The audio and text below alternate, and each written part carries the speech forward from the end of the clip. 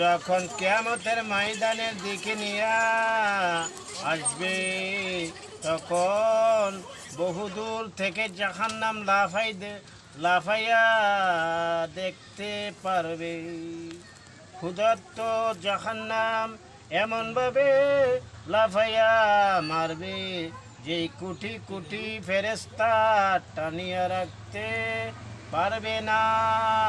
ওই দিকে ফেরেশতাদের ভাইয়া জাহান্নাম তখন এমন সুরিং গুরিং ডাকবো মারে ডাকবো ছুটে কিয়ামতের ময়দান কেবল থরথর করে কাঁপতে লাগবে। জাহান্নাম ডাকে ডাকে কিয়ামতের ময়দান একটা হলুদ শুরু হইয়া যাবে।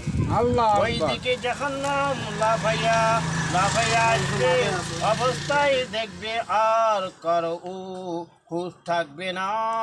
আদম পর্যন্ত সেজদায় পড়ে থাকবেন। ঈসা সেজদা পড়ে যাবে, মুসা আলাইহিস সেজদা পড়ে যাবে, ইব্রাহিম সেজদায় পড়ে বলবে, কোন নবীর হুঁশ থাকবে না।